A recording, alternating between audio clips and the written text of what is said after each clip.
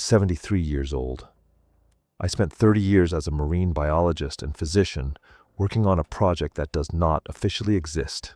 I signed documents that promised me 25 years in federal prison if I ever spoke about what I saw. I signed them because what they showed me on September 14th, 1993, was impossible. Mermaids are real. Not the fantasy, not the folklore, not the Disney version or the sailor's hallucinations. I'm talking about an aquatic branch of the human evolutionary tree that diverged from our ancestors millions of years ago and adapted to deep ocean survival. Homo aquaticus. I examined 17 specimens over 3 decades. I held their bones. I studied their organ systems. I recorded their vocalizations. I watched 3 of them die in captivity. The government knows.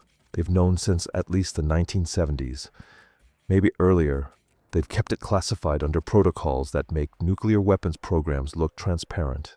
I was recruited because I had the exact combination of credentials they needed: marine biology, comparative anatomy, and a medical degree. I thought I was being brought in to consult on deep-sea physiological adaptations for submarine crews. That's what they told me. What they actually wanted was someone who could perform an autopsy on something that had a rib cage like a human, lungs like a seal, and bone density that made no evolutionary sense. Someone who could determine if what the deep-sea trawler pulled up off the Aleutian Trench was a hoax, a mutation, or proof that we shared this planet with another intelligent species that we've been systematically erasing from history. I'm dying. Pancreatic cancer.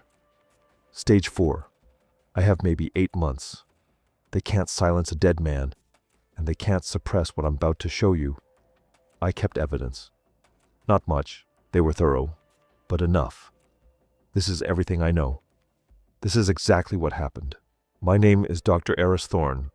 I received my doctorate in marine biology from Scripps Institution of Oceanography in 1979, followed by an MD from UCSF in 1984. The dual degree wasn't common then. It still isn't. But I wanted to understand marine physiology at the deepest level, not just observe it, but comprehend the medical mechanics of how life survives in environments that should be uninhabitable. I spent the 1980s doing exactly that. I published 4 papers on deep-sea fish cardiovascular systems. I consulted for the Navy's experimental diving unit on decompression protocols. I was comfortable, respected. I had a small house in La Jolla, a teaching position at the university, and a research schedule that let me spend 3 months a year on submersible expeditions. In November 1989, I received a phone call from someone who identified himself only as representing a Department of Defense research initiative. He asked if I would be interested in consulting work.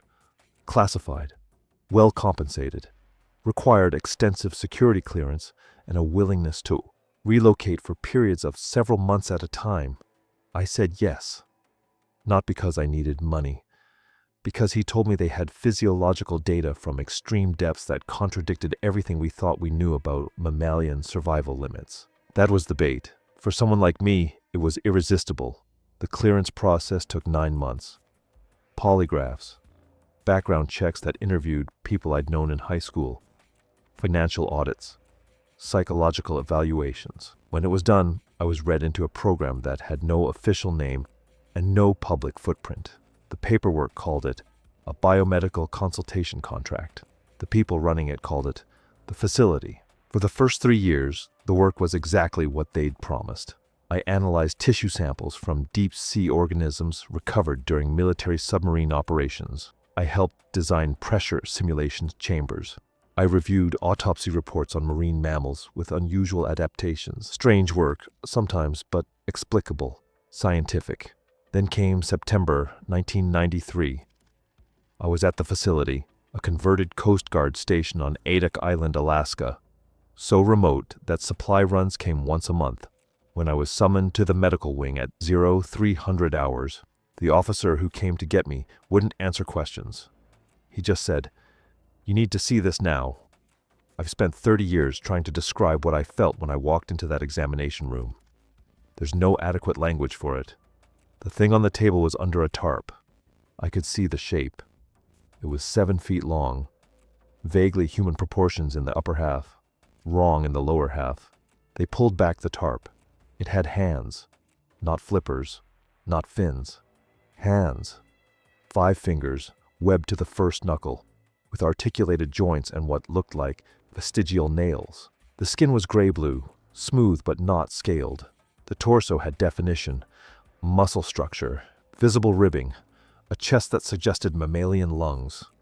The face was the worst part. Humanoid. Flattened nose, wide-set eyes behind translucent membranes, a lipless mouth that was slightly open, revealing teeth that were all wrong.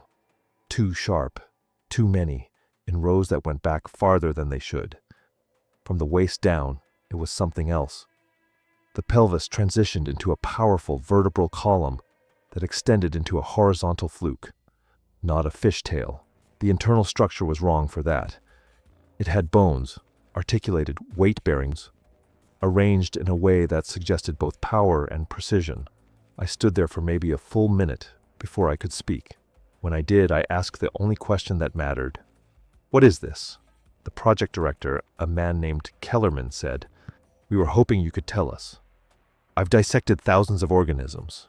I know what a hoax looks like.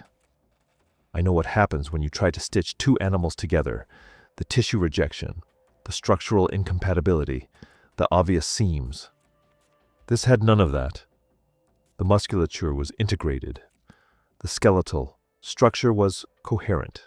The organs, when I eventually examined them, were positioned in ways that made functional sense for an organism that lived underwater. This wasn't a fake. It wasn't a mutation. It was an animal that had evolved over millions of years to be exactly what it was." I said, "Where did you get this?" Kellerman said, "A trawler pulled it up 3 days ago. Depth, 11,000 feet. Aleutian Trench." I asked if there were others. He said, "Not yet." That "yet" told me everything. They weren't trying to determine if these things existed. They already knew. They were trying to determine how many, where, and whether they posed a strategic problem. I was 53 years old when I signed the non-disclosure agreement that night. I thought I understood what I was agreeing to. I thought I was protecting scientific discovery until we understood it well enough to reveal it responsibly. I was wrong. They had no intention of ever telling anyone. September 14th, 1993, 03:17 hours. The call came through on the red phone in my quarters, the line that only rang for project emergencies. I'd been at the facility for 4 years by then, long enough to recognize the sound of controlled panic in someone's voice. The duty officer didn't give me details. He just said, "Medical wing. Immediate attendance required. Bring your field kit. Adak Island in September is cold and wet." The walk from the residential wing to the medical building took 3 minutes through fog thick enough that I couldn't see the ground lights until I was standing on them. The base was quiet. Most personnel didn't know what happened in the medical wing. They thought we were running standard Navy biomedical research, decompression studies, cold water survival protocols, things that had the documentation and oversight. The medical wing had neither. 2 armed guards stood outside the main examination room. They checked my badge twice. One of them opened the door and said, "They're waiting for you. 4 people inside. Kellerman, the project director, Dr. Sarah Voss, the comparative anatomist they'd brought in 6 months earlier, a Navy commander whose name I never learned, and a technician I recognized from the tissue lab, looking like he wanted to be anywhere else." The thing in the center of the room was covered by a gray tarp on a standard examination table. The tarp was soaked through in places. The smell hit me before I was fully through the door. Brine, ammonia, and something organic that I couldn't place. Not rot. Not exactly. Something else. Kellerman nodded at me. "We need a preliminary assessment before we move it to cold storage. External examination only for now. Full autopsy in the morning." I asked what it was. He said, "Commercial trawler out of Dutch Harbor. Deep sea nets. Came up with a catch 3 days ago. Crew thought it was a seal at first. Then they got a closer look and called the Coast Guard. Coast Guard called us. I asked what. Depth. Estimated 11,000 feet. They were dragging the Aleutian Trench. Nothing lives at 11,000 feet that looks like a seal. I set my field kit on the side table and pulled on gloves. Voss handed me a clipboard with a blank examination form. The Navy commander stood against the wall with his arms crossed, watching. Kellerman pulled the tarp back. I've tried to explain this moment to myself for 30 years. The rational part of my brain cataloged details. The emotional part just stopped working. The specimen was female. That was apparent from external anatomy. Approximately 7 feet in total length. The upper body was humanoid enough to trigger every instinctive recognition pattern in my brain. Shoulders, clavicles, arms that terminated in hands with 5 digits each, webbed with thin, translucent membranes extending from the base of each finger to the first knuckle. The fingernails were present but reduced, small, almost vestigial, with a texture closer to keratin than true nail. The skin was smooth, no scales, no hair except for a thin crest running from the crown of the skull down the spine. Not hair exactly, but something analogous. Sensory structures, maybe. The color was gray-blue, mottled with darker patches along the flanks that might have been chromatophores. I'd seen similar structures in cephalopods. The rib cage was visible through the skin, evidence of low body fat, probably an adaptation for pressure tolerance. The chest showed slight bilateral expansion, mammalian, air-breathing. But the neck had structures I didn't recognize, vertical slits, 3 on each side, running from just below the jaw to the collarbone. Closed now, smooth-edged, possibly muscular. The face was the hardest part to process. Humanoid architecture. Eye sockets positioned forward, suggesting binocular vision. The eyes themselves were closed, protected by translucent nictitating membranes beneath the lids. The nose was reduced to 2 small slits. Nostrils, but flattened against the face. The mouth was slightly open. I leaned in. The teeth were wrong. Too many. Rows of them, interlocking, going back farther into the jaw than human dentition would allow. Carnivorous. Built for gripping, not chewing. From the waist down, the body transitioned. The pelvis was modified, still recognizable, but elongated and compressed. The legs were absent. Instead, the vertebral column extended horizontally, forming a powerful tail that terminated in a horizontal fluke. The tail musculature was dense, built for speed. The fluke itself had 2 distinct lobes with slight asymmetry. The left lobe was scarred, a long, white line suggesting an old injury. I spent 40 minutes on the external examination. I measured bone lengths. I documented the webbing structure. I noted the presence of what looked like bioluminescent photophores embedded in the skin along the ventral side, small organ-like structures that would have been invisible, unless you were looking for them. When I was done, I set the clipboard down and looked at Kellerman.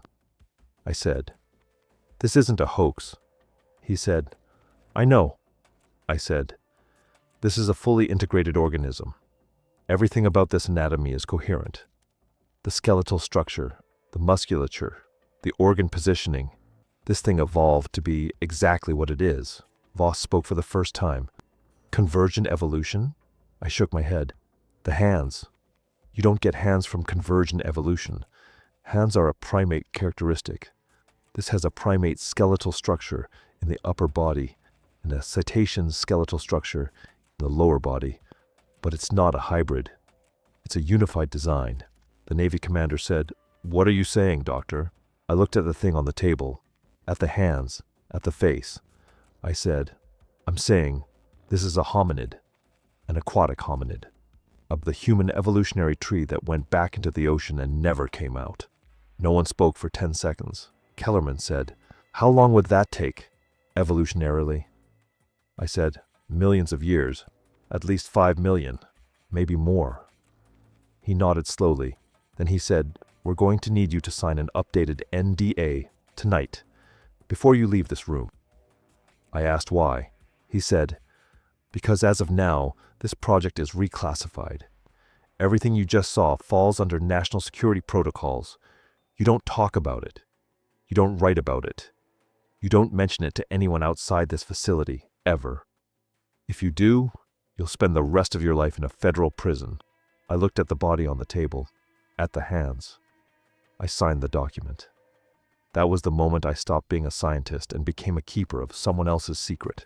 The examination room was cold, industrial. Metal table, drain underneath, overhead surgical lights that buzzed faintly. I approached the table wearing sterile gloves, standard protocol. A body examination, they'd said. Marine anomaly. But they wouldn't tell me what I was about to see. The black body bag was longer than a human's. 7 feet, maybe more. Zippered shut. 2 military personnel stood by the door. Not lab techs, military. I pulled the zipper down. The smell hit first. Salt. Brine. Something else. Faint. Organic. Almost sweet. Not decay. This specimen was fresh. I pulled the bag open completely. What I saw made me step back. It was human from the waist up. That was the first shock. Not human-like. Not reminiscent of human. Actually, structurally human. 2 arms. Shoulders. A rib cage that rose and fell in familiar contours. A neck. A head. But the proportions were wrong. The torso was elongated, the rib cage deeper, front to back, than any human's. The shoulders were broader, more powerful. The arms were long. The hands. I stopped breathing. The hands were webbed. Not like a frog's. The webbing was thin, translucent, stretching between fingers that were longer than mine, more slender, with what appeared to be reinforced cartilage running through each digit. The fingernails weren't nails. They were something harder, darker, almost like horn. I moved to the head. The face made my chest tighten. It was humanoid. That's the only word I had then. The skull structure was recognizably hominid. High forehead, defined cheekbones. A jaw that wasn't quite prognathic but wasn't human either. The nose was reduced, almost flush with the face, nostrils that could close completely. I confirmed this later. The lips were thin, gray-blue. The eyes were closed, but the sockets were larger than ours, positioned slightly more lateral. When you looked at that face, you didn't see a fish. You saw a relative. The skin had no scales. It was smooth, slick with a thin mucus layer that hadn't fully dried. The coloration was mottled. Gray, blue-gray, patches of darker pigment on shoulders and upper arms. There were faint linear markings along the neck and collarbone. I didn't know yet that these were photophores, bioluminescent organs. At first glance, they looked like scars or tattoos. Then I moved down. The transition happened at the pelvis. There were no legs. Instead, the body extended into a powerful caudal structure, a tail, but not like a fish's. The musculature was mammalian, dense and layered. The tail tapered gradually, covered in the same smooth skin as the torso, ending in a horizontal fluke approximately 3 feet wide. The fluke structure was supported by cartilaginous rays, flexible but strong. This was a cetacean adaptation. Whales, dolphins, not fish. I stood there for 4 minutes without moving. I timed this later from the security recording they showed me during my debriefing. One of the soldiers spoke. "Sir, do you need assistance?" I told him no. I began the external examination. I measured the total length. 7 feet, 4 inches, tip of head to tip of fluke. I documented dentition. 32 teeth. Similar count to humans. But the canines were more pronounced. The molars. Flatter, adapted for tearing and grinding. I noted the ears. Small external pinnae, reduced but present. Another mammalian trait entirely absent in fish. I examined the hands again. 4 fingers, 1 opposable thumb. Full range of articulation. These hands could grasp, could manipulate objects, could make tools. I checked for gills. There were none on the neck. I found them under the arms. 3 bilateral slits on each side, hidden in the natural fold where a human's arm meets the torso. They were closed, the tissue sealed tight. I would learn later, these were not true gills. They were modified pharyngeal structures, part of the revolutionary respiratory system, that allowed them to extract dissolved oxygen when submerged. The term I eventually used in my reports was brachial arch supplementation. It didn't capture the elegance of the system. I noted musculature density. When I palpated the tail, it felt like stone wrapped in rubber. Solid. The arms were similarly dense. This was not normal mammalian muscle tissue. I documented skin thickness. Subcutaneous fat layer approximately 1.2 inches thick, similar to a seal's blubber. Insulation against deep cold.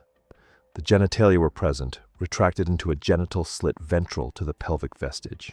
Female anatomy, modified but recognizable. Mammalian reproductive strategy. I took core temperature from the liver, 34 degrees Celsius. Cooler than a human's, but within mammalian range. Not cold-blooded. I performed a preliminary dissection of the anterior thorax to examine the heart. 4 chambers. Mammalian circulation. But the heart itself was enormous, roughly twice the size of a human heart relative to body mass. The walls were thick, built to handle what I could only assume were dramatic pressure changes. I opened the lungs. They were unlike anything I'd seen. Collapsed completely, the alveoli reinforced with what appeared to be cartilaginous support structures. The lungs could compress to nearly nothing and re-expand without damage. I found musculature around the bronchi that wasn't present in terrestrial mammals, active control over individual air passages. I stepped back from the table. I removed my gloves. I looked at the 2 soldiers. "What is this?" The younger one glanced at his partner. "We were hoping you'd tell us, sir." I shook my head. "This is a hominid. It's a human relative. It breathes air, it has live birth, it nurses young, or it would have, based on the vestigial mammary tissue I observed. But it's fully adapted for deep water, full-time aquatic. This shouldn't exist. Nothing in the fossil record supports this. Nothing." The older soldier wrote something in a notepad. "Is it a hoax?" I looked back at the body. "No. You can't fake this. The integration is too complete. Every system supports the others. Bone density, muscle composition, respiratory adaptation, hydrodynamic structure. It's all coherent. This is millions of years of evolution, so it's real." I nodded. "It's real." He wrote that down too. "We'll need a full report. Everything you just said, documented. You'll have access to the lab for 72 hours. I asked the obvious question. "Where did you find it?" "Bering Sea. Depth approximately 2,800 feet. Trawler net. Commercial fishing vessel. The crew said it was tangled in the net when they pulled it up. It was already dead." "How long?" "They estimated 6 hours post-mortem when they called it in. We arrived within 2 hours. You're seeing it roughly 9 hours after death." I looked at the body again. "Has anyone else examined it?" "You're the first." "Why me?" The soldier closed his notepad. "Because you have the clearance and the expertise. Marine biology and medical pathology. That's a rare combination. And because you signed a non-disclosure agreement that carries a 15-year prison sentence if you violate it." I remembered signing that document. I thought it was standard government contract language. I turned back to the table and continued my work. I didn't sleep that night, or the next. By the end of 72 hours, I had documented every system I could access without destroying the specimen entirely. I took tissue samples, bone samples, organ samples. I photographed everything. I filled 4 notebooks with observations and measurements. I wrote the report they wanted, but the conclusion I gave them wasn't the one I wrote for myself. In the official report, I confirmed it was an unknown aquatic hominid species. I speculated on evolutionary pathways. I provided preliminary anatomical data. In my private notes, I wrote one sentence. "We are not the only human species that survived." They brought me back 4 months later. February 1994. Same facility, different body. This one was male, larger, 8 feet, 2 inches. The musculature was more pronounced, the shoulders broader, the fluke more powerful. Same anatomical template, same impossible integration of human and aquatic traits. I asked where they found it. Gulf of Alaska, depth 3,200 feet. Same method, commercial trawler, 2 specimens, different locations, both recovered from depths no human could survive without equipment. I began forming the theory during that second examination. The question wasn't what they were. The anatomy told me that. The question was how. How did a branch of hominids evolve full aquatic adaptation while maintaining so many human characteristics? I went back to a hypothesis I'd read in graduate school. Fringe theory. Widely criticized. Mostly forgotten. The aquatic ape hypothesis. The standard model of human evolution is the savanna hypothesis. Our ancestors came down from the trees, walked upright across African grasslands, developed tool use and larger brains in response to the demands of open terrain. But that model has problems. It doesn't explain our hairlessness. Most savanna mammals have fur. It doesn't explain our subcutaneous fat layer. We're the only primate with significant body fat deposits under the skin, a trait common in marine mammals. It doesn't explain our voluntary breath control, necessary for speech but also for diving. The aquatic ape hypothesis suggests a different path. 5 to 7 million years ago, one population of human ancestors moved to coastal environments, shallow water, mangrove swamps, tidal zones. They waded. They dove for shellfish and seaweed. Over millennia they adapted. Hairlessness for streamlining, subcutaneous fat for insulation and buoyancy, voluntary breath control for diving, webbed hands and feet, traits that appear occasionally in modern humans as atavistic throwbacks. Then, the hypothesis suggests they returned to land, became us. But what if one group didn't return? What if they went deeper instead? I wrote the framework in my private notes over the next 3 months. Stage 1, coastal adaptation. 5 to 7 million years ago. Wading, shallow diving, shellfish gathering. Initial adaptations, reduced body hair, subcutaneous fat, voluntary breath control, partial webbing. Stage 2, literal specialization. 3 to 5 million years ago. Competition with land-based hominids and climate shifts pushed the population into deeper coastal waters. Full-time aquatic existence begins. Bipedalism is abandoned. Lower limbs fuse and develop into a protofluke. Hands retain manipulation capability for tool use and social interaction. Stage 3, pelagic expansion. 1 to 3 million years ago. The population moves from coastal shallows to open ocean and eventually deep water environments. Extreme adaptations accelerate. Bone density increases to counteract buoyancy and withstand pressure. Respiratory system develops hybrid air breathing and oxygen extraction capability. Bioluminescence emerges for communication in lightless depths. Echolocation develops. Eyes enlarge and shift to low-light optimization. Stage 4, abyssal specialization. Last 1 million years, full adaptation to deep-sea existence. They become what I was looking at on that table. Homo aquaticus. I didn't name them that officially. The designation came later, from someone else in the project. But it was accurate. They weren't a fish that looked human. They were humans who became something else. The evolutionary pressure was immense. Water is 800 times denser than air. Pressure increases 1 atmosphere every 33 feet. Temperature drops. Light disappears below 600 feet. Oxygen is dissolved, not gaseous. Everything about terrestrial human physiology had to change. But they kept the core. Mammalian reproduction, live birth, nursing, extended parental care implied by the brain-to-body ratio I measured. Brain size was smaller than modern humans, but larger than Homo erectus. The cranial capacity suggested intelligence. Social structure, culture, the hands, confirmed it. Those hands didn't evolve for swimming. They evolved for something else. I requested access to the first specimen again. They allowed it. I examined the hands under magnification.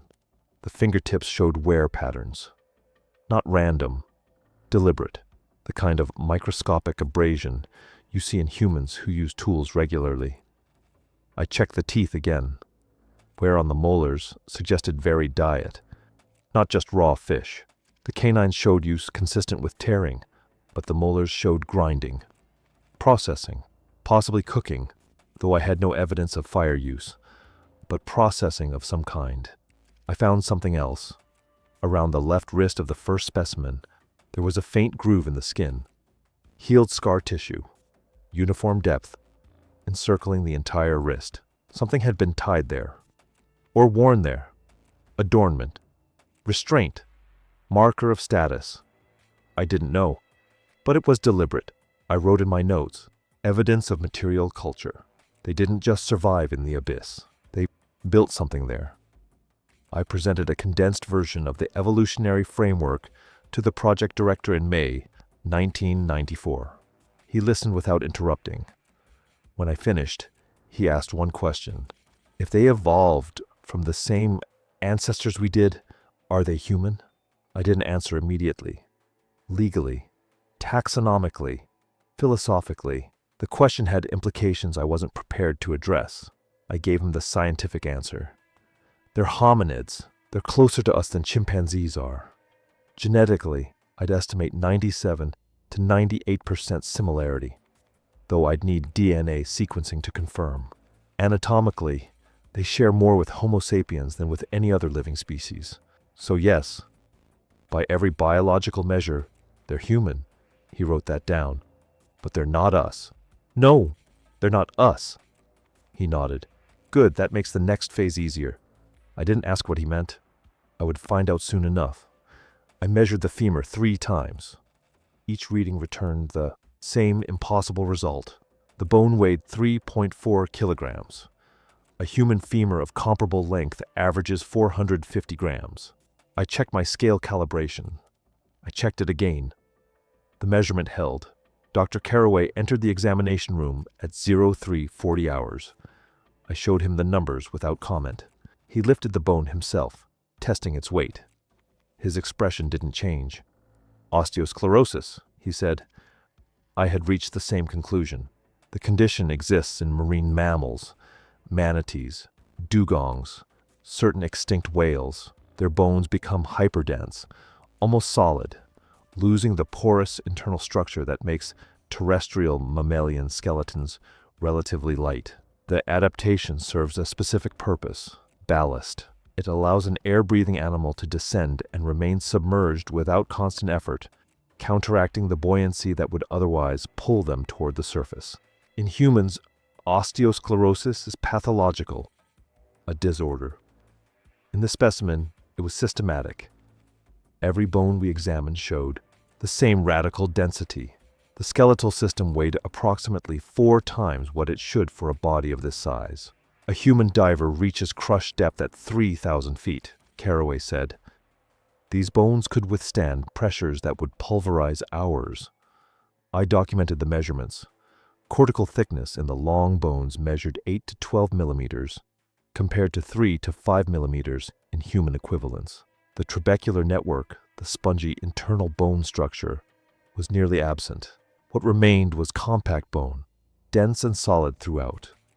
The hands showed the same pattern, but with an addition. The metacarpal and phalangeal bones contained a fibrous webbing structure integrated directly into the skeletal matrix. Not attached tissue, not external webbing that could tear or degrade. The webbing was anchored to the bone itself, a permanent structural feature. I moved to the thoracic cavity at 0520 hours. The rib cage was broader than human standard. The individual ribs thicker and more curved. The sternum showed a pronounced keel, similar to diving birds. The entire structure suggested a chest cavity with significantly greater volume than ours. The lungs themselves were collapsed, desiccated. I couldn't assess their full capacity from the deceased specimen, but the attachment points told part of the story. The bronchial tree branched more extensively than in humans, and along the lower ribs I found structures I initially misidentified. They appeared as gill slits. They were not. I called them brachial arches in my initial report. The term was imprecise, but descriptive. In human embryonic development, we possess pharyngeal arches, evolutionary remnants from our aquatic ancestors that develop into various throat and facial structures. These were similar in appearance, but served an entirely different function. Each structure consisted of a highly vascularized membrane housed in a protected recess along the lower rib cage. 6 on each side. The tissue showed extreme capillary density, far exceeding even lung tissue. The surface area, when I calculated it, was remarkable. Dr. Caraway and I debated their function for 2 hours. Supplementary gas exchange, he concluded. They're not replacing the lungs. They're augmenting them. The physiology supported his interpretation.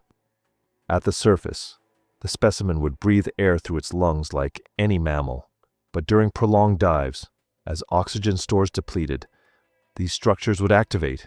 Water flowing past the ribs would contact the membranes. Oxygen would diffuse directly into the bloodstream. Not gills in the fish sense.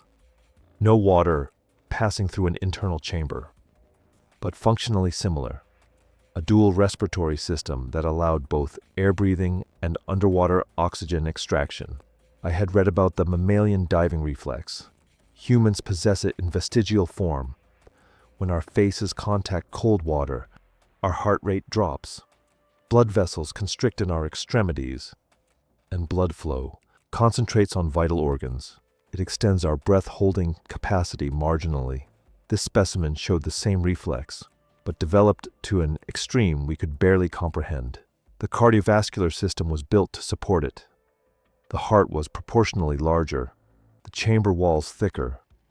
The major arteries showed elastic properties that would allow them to constrict dramatically, shunting blood away from non-essential systems during a dive. They could stay down for hours, Caraway said. I documented a specialized network of blood vessels we found throughout the body, retia mirabilia, or wonderful nets. These counter-current exchange systems exist in dolphins and seals. They allow venous blood returning from the body to warm or cool arterial blood heading out, conserving heat and maintaining core temperature in cold water. This specimen possessed them throughout the torso and along the major limbs. The density of the network exceeded anything I'd seen in marine mammal literature. At 08:30 hours, I moved to the head. The nasal passages were complex. A valvular system would seal them completely during submersion, but the internal structure suggested an additional function. The turbinates, bony ridges inside the nasal cavity, were enlarged and showed acoustic properties. I recognized the morphology from cetacean studies. Echolocation. The frontal bone of the skull showed a structure analogous to the melon in dolphins, a fatty organ that focuses sound waves into a directional beam. In this specimen, it was smaller, less pronounced, but present. The ears confirmed it. The ossicles, the tiny bones that transmit sound, were modified for underwater hearing. The tympanic membrane was reinforced. The entire auditory system was built to process sound traveling through water rather than air. They see with sound, I said. Caraway was examining the eyes. They see with light too, just not the kind we use. The eyes were proportionally large. The retinas dominated by rod cells rather than cones. Rods detect light intensity but not color. They function in low-light conditions. These eyes would be nearly useless in daylight, but extraordinarily sensitive in darkness. And then I found the photophores. They were embedded in the dermis, concentrated along the forearms, collarbone, and facial regions. Each one was a complex organ, a light-producing cell surrounded by reflective tissue and covered by a transparent scale-like structure that could apparently be controlled to open or close. I had seen bioluminescence in deep-sea fish, squid, jellyfish, never in a mammal, never in something with hands and a face. The tissue samples I took showed the presence of luciferin and luciferase, the chemical components that produce biological light. The structures were sophisticated enough to produce varying intensities and possibly different colors, though I couldn't confirm that from the deceased specimen. Communication, Caraway said. It has to be. I didn't respond. I was looking at the facial structure again. at the placement of the photophores along the cheekbones and brow ridge. In the darkness of the deep ocean, in conditions where sound might be dangerous or insufficient, these patterns would be visible, readable, a language written in light. I completed my preliminary examination at 11:40 hours. The report I filed that day was 17 pages. I documented every measurement, every anomaly, every adaptation that allowed this specimen to survive in an environment that would kill a human in minutes. I did not document what I was thinking. I was thinking that evolution does not produce these refinements quickly. These adaptations represented millions of years of selective pressure, of gradual optimization for a specific ecological niche. I was thinking that this was not a recent divergence. This was an ancient one. I was thinking that somewhere in the deep ocean, far below the reach of sunlight, there was a population of these beings living in a world we had never seen. The olfactory bulbs were nearly absent. I noted this during the cranial examination on day 4. In humans, the olfactory bulb processes scent information and occupies a noticeable portion of the frontal brain region. In this specimen, the structure was vestigial, reduced to a small mass of tissue with minimal connection to the nasal cavity. No sense of smell, I said to Dr. Carraway. He was photographing the photophore distribution pattern. Makes sense. Scent molecules don't disperse effectively underwater. Waste of neural real estate. The brain itself was proportionally large, not quite human standard, but close enough that the difference could be attributed to overall body size variation rather than cognitive capacity. The frontal lobe showed development consistent with higher order processing. The temporal lobe was enlarged, likely supporting the advanced auditory system. I had questions I couldn't answer from a deceased specimen. How much of this brain was dedicated to echolocation processing? How much to interpreting bioluminescent signals? What cognitive capabilities remained for tool use, social reasoning, long-term memory? The hands suggested tool use was possible. The brain structure suggested it was likely. I filed those observations and moved on. At 1600 hours, I began the acoustic analysis. I had requested specialized equipment, hydrophones, an underwater speaker array, recording devices typically used in cetacean research. The request was approved without explanation. The equipment arrived within 30 hours. I suspended the speaker array in a deep testing tank and began playing recorded cetacean vocalizations, dolphin clicks, whale songs, seal calls. I was establishing a baseline, documenting how sound behaved in the water column, calibrating the hydrophones. Dr. Eliza Marsh arrived on day 6. She was a bioacoustic specialist, trained in the marine mammal communication. Underdeveloped compared to dolphins. She said. But the auditory processing structures are massive. They're built to receive more than transmit. They listen more than they speak. In sound, maybe. But look at these. She indicated the photophores. This is their primary communication channel. We spent the next week documenting the photophore distribution. Each organ was positioned deliberately, concentrated in regions that would be visible during face-to-face interaction. The pattern was bilateral, symmetrical across the body's midline, but with individual variation in density and placement. Like fingerprints, Marsh said. Individual identifiers, the reflective tissue surrounding each photophore allowed directional control of the emitted light.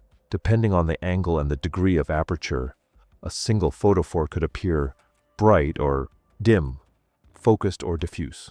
Multiply that by the hundreds of organs distributed across the body, and the potential for complex signaling was staggering. I calculated the theoretical bandwidth.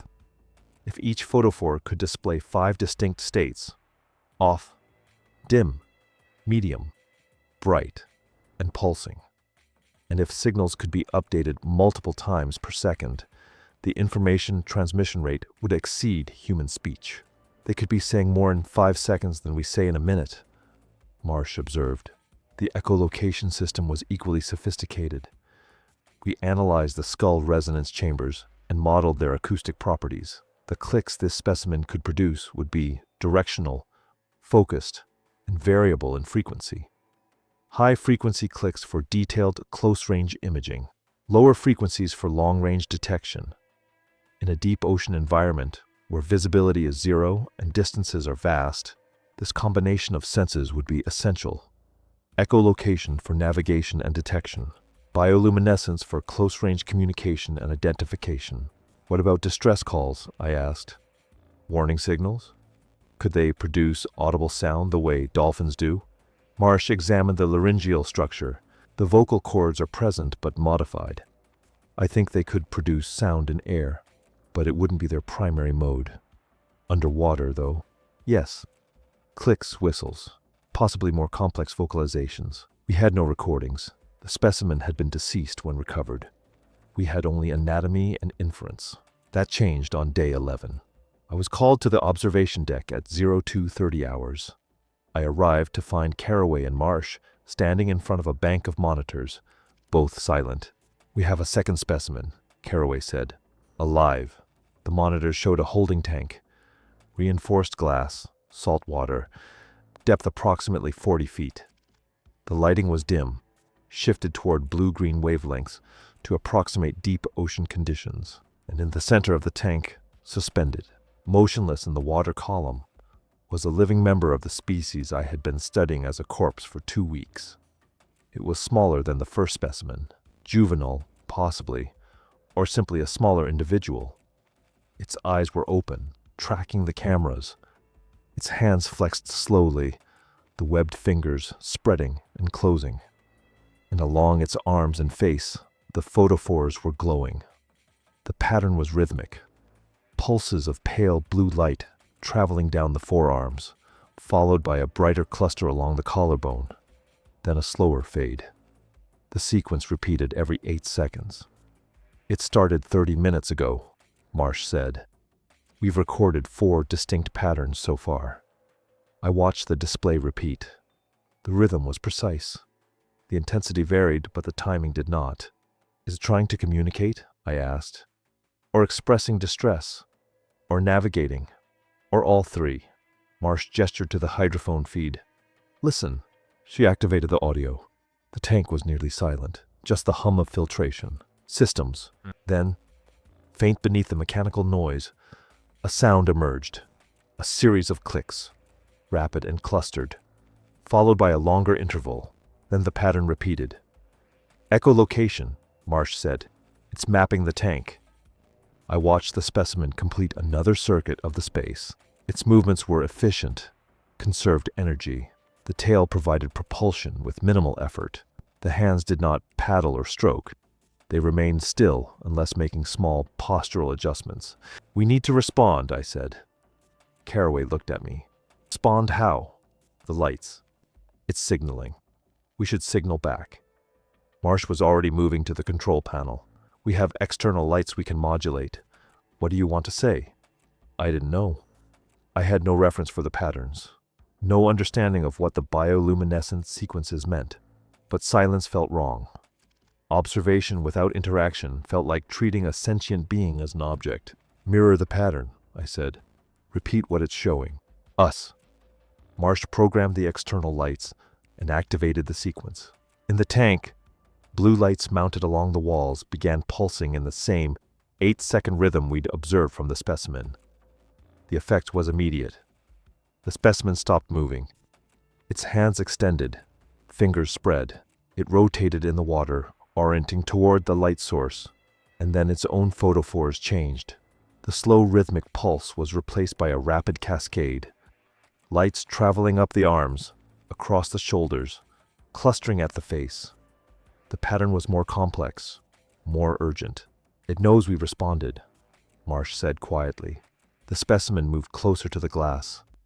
Its eyes focused on the observation window, though the lighting was configured so we should have been invisible to it. It raised one hand and pressed the webbed palm against the glass. The photophores in the fingers glowed steadily. I stepped closer to the window. I was looking at its face, at the bone structure I had measured on the deceased specimen, now animated and aware. I was looking at the eyes, large, dark, reflective, and seeing recognition in them. Not animal awareness, not simple stimulus response. Recognition of intentional communication. It knows we're here, I said. The specimen's mouth opened slightly. I saw the teeth, small, suited for gripping rather than tearing. I saw the movement of the jaw, the shape of the oral cavity, and then it produced a sound. It came through the hydrophones clearly. A rising whistle, modulated, followed by 3 sharp clicks. The pitch was higher than human speech, but not uncomfortable. The sequence lasted 4 seconds, then repeated. Was that directed at us? Caraway asked. Marsh was recording everything. Directional, focused on this window. Yes, that was for us. I stood there for 6 minutes, watching the specimen signal with light and sound, watching it wait for a response it understood we were capable of providing. I made a decision then that of an unknown species attempting active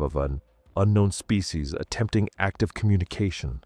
We need to respond in kind. That means more than flashing lights. It means physical presence. You don't know if it's safe. I looked at the specimen's hand, still pressed against the glass. The fingers were slender. The nails were present but not clawed. The posture was open, not aggressive. I know, I said, and I'm going in anyway. The facility was relocated in 1996. No explanation. We received 14 days' notice. The specimens were transported in specialized tanks aboard military aircraft. I was told the new location offered better security and deeper laboratory infrastructure. That was the phrase they used. Laboratory infrastructure. The new site was carved into a decommissioned missile silo in Nevada. 300 feet of reinforced concrete and steel between the holding tanks and the surface. They built observation chambers with 4-inch ballistic glass. The water filtration systems could maintain salinity and pressure parameters for depths exceeding 2,000 meters. It was not a research station. It was a prison designed by engineers who specialized in containing things that might escape. Colonel Vance arrived with the relocation. He introduced himself as the new project director. His background was naval intelligence, not science. He held our first briefing in the main observation gallery, speaking to the team while Subject 0 watched from behind the glass. Her bioluminescent markings, pulsing in slow, irregular patterns, I had begun to recognize as distress. This project enters its operational phase, Vance announced. Previous work established baseline biology. We now focus on capability assessment and tactical application. I asked what tactical application meant. That's classified above your clearance, Doctor. I had full classified clearance. I had written most of the biological reports that justified the project's continued funding. But the rules had changed. The scientists were no longer leading. We were support staff. They brought in new personnel, not biologists, specialists in interrogation-resistant psychology, deep-sea warfare consultants, a surgeon whose previous posting I was not permitted to know. The team expanded from 8 researchers to 37 personnel, and I recognized perhaps 6 as having any relevant scientific background. The first invasive procedure was scheduled for March 1997. Subject 0. They wanted tissue samples from the brachial arch system, the structures that allowed her to extract oxygen underwater. I explained that this required surgical access to her neck and shoulder cavity, that we had no understanding of their pain response or healing capacity, that this was not an emergency medical situation justifying such risk. Your concerns are noted, Vance said. Procedure is approved and scheduled. I was not permitted in the surgical theater. I watched from observation as they drained her tank to chest depth, as she thrashed when the restraints engaged, as the surgeon made the first incision while she was conscious because we had no data on how anesthetics would interact with her physiology, and they decided the risk of killing her with drugs outweighed the ethical concerns of operating without them. She made sounds I had not heard before, not the melodic vocalizations I had been secretly recording. These were higher-pitched, rapid. The microphones registered them as distress calls across a frequency range that extended beyond human hearing into ultrasonic registers. The procedure took 4 hours. They extracted 11 tissue samples. She survived. When they returned her to full tank depth, she remained motionless at the bottom for 16 hours. The bioluminescent markings along her spine flickered irregularly, like a light, struggling to stay on. I submitted a formal protest. It was acknowledged and filed. 3 weeks later, they scheduled the next procedure. By 1998, we held 7 specimens. Subject 0 remained the primary focus, but the others underwent similar protocols. Bone density testing that required drilling into vertebrae, neurological mapping that involved electrode implantation, pressure tolerance experiments conducted in a hyperbaric chamber that simulated depths exceeding 3,000 meters, while researchers monitored for behavioral breakdown. 2 subjects died during my tenure, one from what the autopsy listed as cascade organ failure following deep pressure exposure trial, the other from complications during a procedure intended to map the neural structures controlling their bioluminescence. That specimen was juvenile. The age assessment suggested 13 to 15 years by human developmental standards. They brought the body to my examination room for necropsy.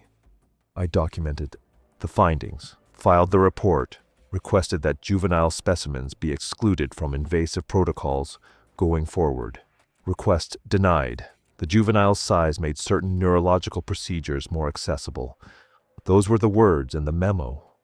More accessible. I began keeping a second set of records in April 1999.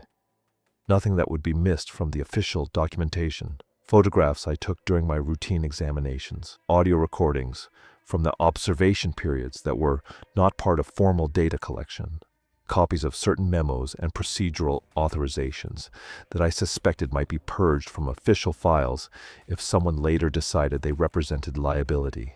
I kept everything on analog media. Photographs printed on physical paper. Audio on cassette tapes. Documents photocopied and stored in a safety deposit box 300 miles from the facility. I told no one. I volunteered for additional shifts. I made myself indispensable enough that they would not remove me. Quiet enough that they would not scrutinize me. Subject 0 watched me during examinations with what I had concluded was recognition. She tracked my movements differently than she tracked the others. When I approached her tank during observation hours, her bioluminescent markings shifted into patterns I had started to catalog. Some patterns appeared when other personnel were present. Different patterns when I was alone. I was not supposed to be collecting behavioral data outside formal research protocols, but I had begun to suspect the patterns were not random. They repeated with too much consistency. They changed based on context. They intensified when she was watching me perform certain actions, particularly when I was documenting observations on my unauthorized recording equipment. In November 2000, during a routine examination, she did something that should not have been possible. The tank was drained to shoulder depth for the examination. She was under partial restraint. I was taking skin tissue samples from her dorsal surface. She turned her head, made eye contact, and held it for 43 seconds without breaking. Then she vocalized. A brief sequence. 3 pulses of sound, each at a different frequency. She stopped. She waited. She repeated the exact sequence. She was trying to communicate, not with sound as expression, with sound as language. She was teaching me. I glanced at the observation camera. The recording light was off. Maintenance had disabled it that morning. I pulled my personal audio recorder from my pocket. I set it on the examination tray. I pressed record where she could see it. She began again, the same 3-pulse sequence. Then a new pattern. 4 pulses, then 5. Each sequence discrete, each separated by silence, waiting for acknowledgement I did not know how to give. I recorded 17 minutes before the examination period ended. When I restored her to full tank depth, she remained near the glass, markings pulsing in slow, deliberate rhythms, watching as I gathered my equipment. I was no longer studying a specimen. I was documenting a person who was trying to tell me what they had done to her, and I did not have the language to understand. I began staying late in the observation gallery 3 nights each week. The official justification was behavioral monitoring during low-activity hours. No one questioned it. I had been with the project since the beginning. I was the senior biological researcher, If I wanted to waste my evenings watching specimens float in tanks, that was my prerogative. Subject Zero's tank was the largest, positioned in the center of the array, 20 meters deep, 12 meters in diameter. The water was kept at 4 degrees Celsius. Salinity matched to deep ocean samples from the Elufian Trench. Pressure maintained at 60 atmospheres. Lighting was minimal during the night hours, only the faint blue glow from the observation panels and her own bioluminescence. She knew when I arrived. The markings along her spine would shift from the dim background pattern into brighter, more complex displays. She would ascend from whatever depth she had been resting at and position herself near the glass, usually at the midpoint where my chair was positioned. I brought the recorder every time. I kept detailed logs of every vocalization, every pattern display, every behavioral response. I noted water temperature, time of day, duration of observation, and whether other personnel had interacted with her that day. The logs filled 3 notebooks in the first 8 months. The communication attempts became more sophisticated. She would produce a pattern, wait for me to replay it on my recorder, then produce a variation. She was testing whether I understood that sounds could be modified. She was teaching phoneme boundaries, the way you would teach an infant that ba and pa are different. By March 2001, I had cataloged 47 distinct sound patterns that she used with consistent contexts. 17 appeared connected to her own physical state. I suspected these indicated hunger, discomfort, cold, or pain based on when they occurred relative to feeding schedules and examination procedures. 12 appeared connected to other subjects in adjacent tanks. She would produce these while oriented toward specific tanks, particularly Subject 4, a male specimen who had been captured 6 months after her. 18 patterns I could not contextualize. She produced these primarily during our late sessions, often in long sequences that had rhythmic structure. They were not random. They repeated with variation, the way music repeats with development, the way poetry uses refrain. I made a decision in June 2001 that violated every protocol I had agreed to. I brought a hydrophone array into the observation gallery and mounted it against her tank glass. I connected it to a portable computer running spectrographic analysis software. When she vocalized, I could show her the visual representation of the sound pattern. The first time I displayed the spectrograph, she went completely still. The bioluminescent markings extinguished. She sank 3 meters and remained motionless for 9 minutes. I thought I had frightened her. I began to pack the equipment. She shot back to the glass. The markings erupted into the brightest display I had ever recorded. She vocalized in rapid sequence, pattern after pattern, while oriented directly at the screen, showing her own voice, rendered as visual data. She understood what she was looking at. She recognized the correspondence between her sounds and the displayed waveforms. She began to systematically produce patterns, watching the screen, modifying them, watching the modifications appear visually. She was experimenting. She was using the tool I had given her to explore her own language. Over the next 4 months, our sessions transformed. I would display previous recordings. She would respond with variations or with different patterns. I began to identify what I believed were grammatical structures. Certain sounds appeared to function as markers that modified the meaning of adjacent sounds. Other patterns seemed to reference past events. She would produce a specific sequence, then produce sounds I knew were associated with pain while displaying the scar from a previous surgical procedure. She was telling me what they had done to her. She was providing testimony. In October 2001, she produced a new pattern, long descending frequency sweeps, interspersed with click trains and what I can only describe as harmonics. Multiple pitches produced simultaneously. It lasted for 12 minutes without interruption. The spectrographic display showed layered complexity I had not seen before. When it ended, she remained at the glass. Markings pulsed in a slow rhythm I had learned meant she was waiting for response. I did not have a response. I knew I had witnessed something profound. The structure, the duration, the complexity. This was not a simple communication about physical needs. This was narrative. This was art. I saved the recording as 0_primary_song_01. I did not know what else to call it. She sang it again 3 days later. The pattern was identical for the first 8 minutes, then diverged into a new section. Same structure. Different specific patterns, like verses in a song, like chapters in a story. I brought a second hydrophone during the next session and recorded subject 4 simultaneously. When 0 sang, 4 responded. Not with the same song, but with sounds that fit into the rhythmic structure, like a call and response. They were not isolated individuals producing random vocalizations. They were members of a culture with shared communicative traditions. They had language. They had music. They had stories they were trying to preserve. The project leadership was not interested in this data. I submitted preliminary reports describing evidence of complex communication and cultural behavior. The reports were acknowledged.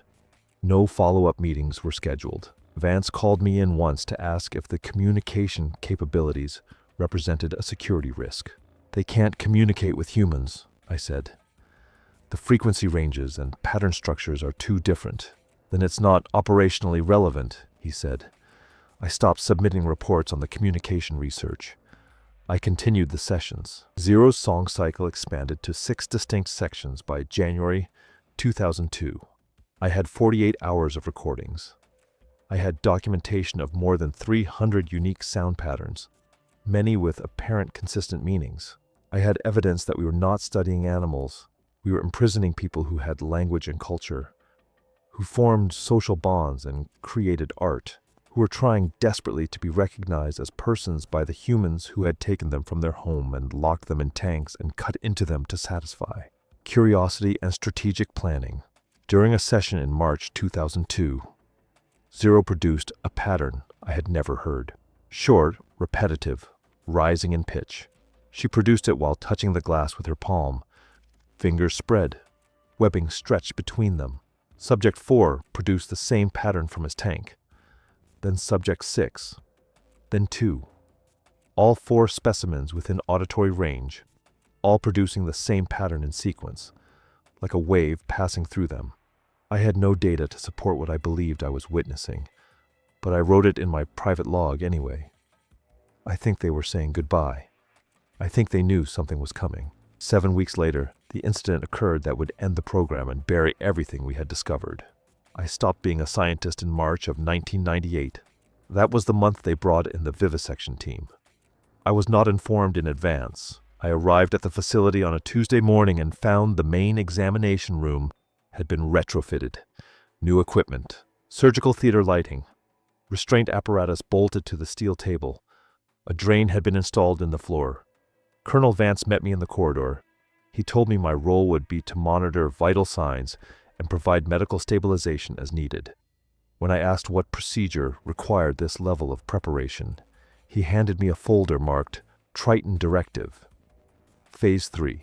The document outlined a series of invasive explorations. They wanted detailed mapping of the brachial arch system. They wanted tissue samples from the photophores. They wanted to understand the bone density at a cellular level, which meant extracting core samples from living specimens. No anesthesia protocols were included. The assumption was that we didn't yet understand their neurology well enough to anesthetize safely. The unstated assumption was that it didn't matter. I said no. Vance informed me that my security clearance required compliance. I said I would resign. He reminded me that resignation was not an option for personnel with level 5 classified exposure. Then he said something I have never forgotten. Doctor, we're not asking you to like it. We're asking you to keep them alive while we do it. Subject 0 was chosen first. She had been captive the longest. She had survived 2 years in the holding tanks. They had decided this made her the most stable candidate. I was present for the first procedure. I will not describe it in detail. I will say that the sounds she made changed something fundamental in me. They were not animal sounds. They were protests. They were pleas. The bioluminescent patterns that flickered across her skin were erratic, panicked, and even without knowing her language, I understood I was witnessing someone begging for mercy. Her heart rate, which I monitored, reached levels that should have induced cardiac arrest. It did not. Her physiology was robust enough to survive what was being done to her. That was the worst part. She could not escape through death or unconsciousness. She experienced all of it. The procedure lasted 4 hours. Afterward, they returned her to the tank. She sank to the bottom and did not move for 36 hours. When she finally surfaced, the patterns of light that had once moved across her skin in complex, beautiful sequences were dim, irregular. I filed a formal protest. It was noted and dismissed. I requested transfer. Denied. I threatened to go public. Vance brought me to a windowless room and showed me a file with my daughter's name on it. She was 7 years old. He never said a word. He didn't need to. So I stayed. And I began documenting everything. I smuggled a microcassette recorder into the facility inside a hollowed-out medical reference book. I took photographs using a camera built into a pen. I copied files when the overnight staff rotated shifts. I kept a handwritten log in a cipher I had invented, detailing every procedure, every subject, every failure. There were many failures. Of the 11 specimens held between 1996 and 2001, 4 died during or shortly after experimental procedures. The cause of death was listed in official reports as physiological incompatibility with captive environment. That was a lie. They died because we hurt them in ways their bodies could not repair. One juvenile male died after a bone marrow extraction went wrong. A young female died during an attempt to surgically access her brachial arches while she was conscious. Another male died 3 days after a procedure I was not allowed to observe. And when I saw his body, it was clear he had been subjected to something that went far beyond scientific inquiry. Subject 0 survived.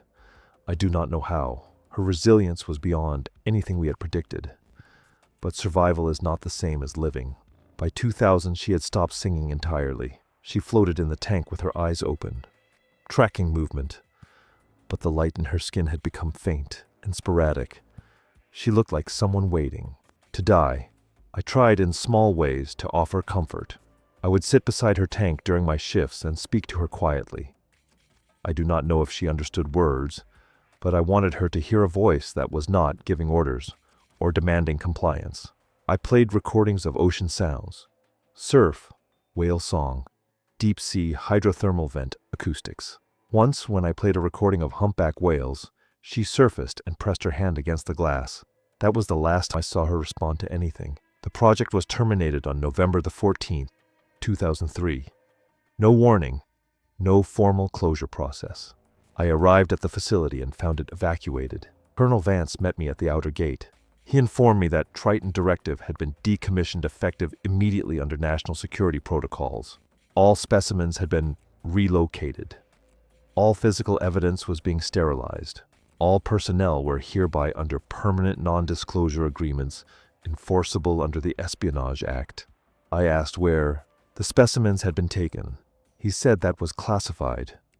I asked if they were alive. He said that was not my concern anymore. Then he handed me a document that outlined the terms of my silence. No publication, no discussion, no disclosure to any person or entity for the duration of my natural life. Violation would result in federal prosecution and imprisonment. I signed. I had no choice, but I had already decided I would not honor it forever. The facility was stripped in less than a week. I drove past it during the decommissioning and saw unmarked trucks hauling equipment out under armed guard. By December, the site was empty. By the following spring, it had been demolished entirely. The land was sold to a private development company and is now a storage facility for industrial equipment. No record of Triton Directive exists in any public archive. I have searched. The project was classified under a designation that does not appear in any declassified index. The funding came from black budget allocations that were never itemized. The personnel records were scrubbed. As far as the official world is concerned, it never happened. But I kept the documents I had copied. I kept the photographs. I kept the recordings. And I kept one physical piece of evidence that I've removed from the facility in 2002, hidden inside a container labeled as medical waste. Before I show you that evidence, you need to understand how thorough the cover-up was. In 2004, I was contacted by a man I had worked with during the project, a junior biochemist named Peter Karotza. He called me from a payphone. He said he could not live with what we had done and was planning to go to the press. I begged him not to. I told him about the threats, the files, the reach of the people we had worked for. He said he understood the risk but couldn't stay silent. 2 weeks later, his death was reported as a suicide. Single gunshot wound. The police found a note. I do not believe he wrote it. I attended his funeral. Vance was there. He stood in the back. He did not speak to me. He did not need to. After that, I stayed quiet for 20 years. I told myself I was protecting my family. I told myself the world was not ready. I told myself that silence was survival. All of that was true. But it was also cowardice. Subject 0 is dead. I am certain of that. I do not know when or how, but I know they did not release her. I know they did not grant her mercy. I know that whatever they did after the project was shut down, it was not in her interest. I have carried that guilt every day since. The files I kept are fragmentary but damning.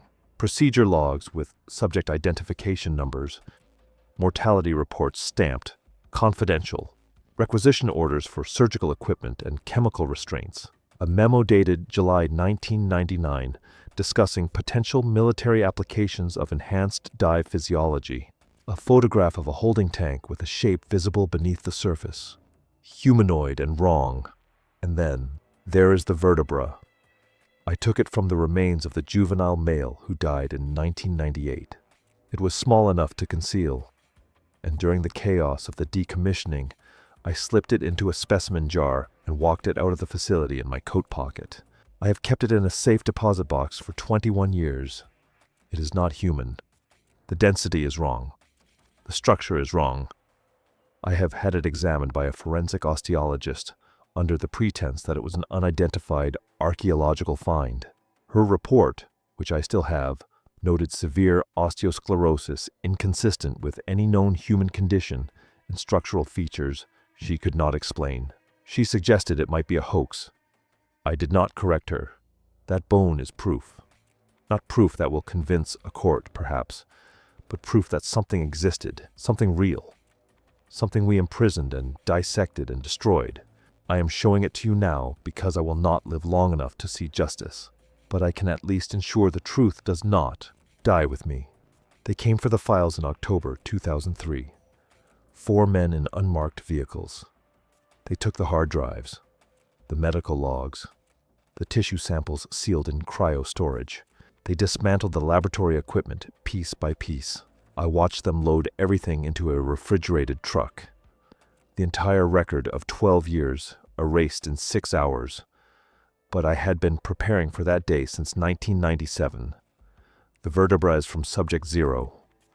I removed it during the final autopsy, the one they ordered me to perform after she died in captivity. I documented severe stress cardiomyopathy as cause of death. What I didn't document was the substitution. I had a replica made from resin and bovine bone, weighted and aged. I placed it in the correct position in her spine and sealed the cavity. The real one went into a specimen jar marked Pagathenia borshgravinki, vertebral sample. Antarctic cod. They never checked the fish samples. It sits on the desk in front of me now. 42 grams. 3 inches. Long. The density is wrong for any surface-dwelling vertebrate. I've had it tested at 3 independent labs under false pretenses, listing it as fossilized material. The bone structure shows osteosclerosis consistent with deep-diving mammals, but the cellular architecture doesn't match any known species. The mineral composition includes trace elements found only at abyssal depths. The bioluminescent tissue samples are stored in a modified saline solution I developed. The photophores degraded significantly after her death, but the cellular structure remains intact. Under microscope, you can still see the specialized chromatophores and the network of neural connections that allowed conscious control. I labeled these samples as jellyfish biopsy material. They sat in a university storage facility for 18 years before I retrieved them. The recordings were the hardest to preserve. Digital files could be traced, wiped remotely, corrupted. I used analog cassette tapes. Obsolete. Technology even in the 90s. I recorded Subject Zero's vocalizations during night shifts when surveillance was minimal. 73 hours total, spanning 4 years. The tapes went into a safety deposit box in 1999, along with handwritten transcription notes and a single photograph I took with a disposable camera. The photograph shows her face, partially obscured by the observation tank's curved glass. The image quality is poor, but you can see the bone structure, the placement of the eyes, the expression that could be pain or could be grief. I don't look at it often.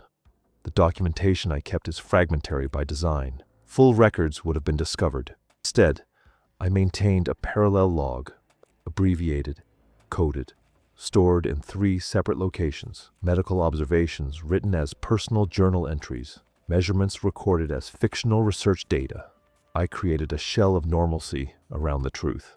The official story is that Project Triton Directive was a deep-sea mineral survey operation shut down due to budget constraints. The facility was decommissioned. The staff dispersed under standard non-disclosure agreements. No biological specimens. No human analogous entities. Nothing that would require ethical review or public accountability. I signed the documents they put in front of me. I accepted the pension. I disappeared into retirement. But I kept working. The audio file arrived in my email 4 months ago. No message. No sender identification. The subject line read only KT-09 Hydrophone Array 2024. I didn't recognize the address. I almost deleted it as spam. But something made me open it.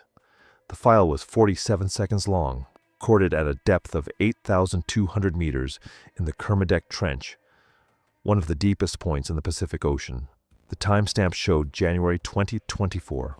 The recording equipment was military-grade, part of an underwater surveillance network I helped design specifications for in 1995. I listened to it once. Then I sat in silence for 20 minutes. Then I listened again.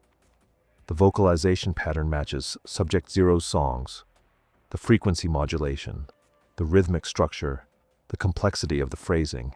But this isn't a recording from 30 years ago. This is new, and it isn't alone. You can hear 3 distinct voices. They overlap, creating harmonic layers that suggest coordinated communication. The primary voice carries the melody I documented in 1998, a specific sequence I heard Subject Zero produce only during periods of extreme distress. The secondary voices respond in patterns that indicate linguistic exchange, not random animal calls. I sent the file to an acoustic analysis lab, claiming it was unidentified cetacean vocalization. The report came back inconclusive. The sound operates in frequency ranges used by both whales and dolphins, but the syntax doesn't match any cataloged species. The analyst noted what she called unusual complexity, suggesting possible proto-language structures. 3 weeks after I received the audio file, a second email arrived. Same anonymous sender. This one contained a sonar image. The image shows 7 objects moving in formation at a depth of 6,000 meters, approximately 40 nautical miles from the Aleutian Trench. The objects measure between 1.8 and 2.1 meters in length. They move at speeds exceeding 12 knots. Impossible for human divers at that depth, unusual for most marine mammals. The propulsion signature doesn't match known cetacean locomotion. The formation pattern suggests coordinated behavior. The timestamp on the sonar capture is March 2024. I cross-referenced the location with naval charts and deep-sea thermal vent maps. The area has no commercial shipping lanes, no research stations, no documented human activity. It's been classified as a restricted military zone since 2009. I don't know who sent me these files. I don't know if it was someone from the original project trying to ease their conscience, or someone still working in deep-sea surveillance who stumbled onto something they couldn't explain. I don't know if they're aware of what they've found, but I know what I'm hearing, and I know what the sonar is showing. Subject Zero died in 2001. The other specimens died or were euthanized before the project's termination. We believed we had documented the last of them, a dying species, isolated remnants cut off from any viable breeding population. We were wrong. The oceans cover 71% of Earth's surface. The average depth is 3,600 meters. Humans have explored less than 5% of the seafloor. We've mapped it with sonar and satellites, but mapping isn't the same as seeing. The deep ocean remains the largest unexplored territory on the planet. If they survived, if there's a population we never found, they would have every reason to avoid us. We killed the ones we captured. We treated them as specimens, as threats, as resources to be exploited. If they observed what we did, if they learned to recognize our ships and our submarines, they would know to stay hidden. The Kermadec Trench reaches depths of 10,900 meters. The Mariana Trench goes deeper. There are vast abyssal plains, underwater mountain ranges, trench systems we've barely begun to explore. They could be anywhere down there. I'm 81 years old. I have stage 4 pancreatic cancer. The doctors have given me 4 to 6 months. I'm not afraid of what comes after. I'm afraid of dying with this still buried. I've spent 30 years carrying this knowledge. 30 years of silence purchased with threats and pension payments and the comfortable lie that some truths are too dangerous for public consumption. They told us we were protecting national security. They told us the world wasn't ready. But the world deserves to know that we share this planet with another intelligent species. One we hunted, one we imprisoned and dissected and tried to weaponize. One that may still be watching us from depths we can barely reach. I don't expect you to believe me based on my testimony alone. I'm an old man with fragmented evidence and a story that sounds like science fiction. But I have the vertebra. I have the tissue samples. I have the recordings. I have the recent sonar data and audio files that someone risked their career or their freedom to send me. I'm making all of it public. The files will be released regardless of what happens to me. I've taken precautions. If they're still down there, if that population survived despite everything we did, they have every reason to hate us. We proved ourselves capable of monstrous things. We showed them exactly what humanity does when it encounters something it doesn't understand. Or maybe they're simply waiting, watching, listening to us with senses we can barely comprehend, making calculations about whether we'll ever be worth revealing themselves to. I think about Subject Zero often. I think about the intelligence I saw in her eyes, the grief in her songs, the way she learned to recognize me despite having every reason to fear all humans equally. She died isolated from her own kind, surrounded by the species that killed her. If there are others, if they remember her, if they communicate across those vast distances, what stories do they tell about us? That's the question I'll die with. That's the question I'm leaving with you.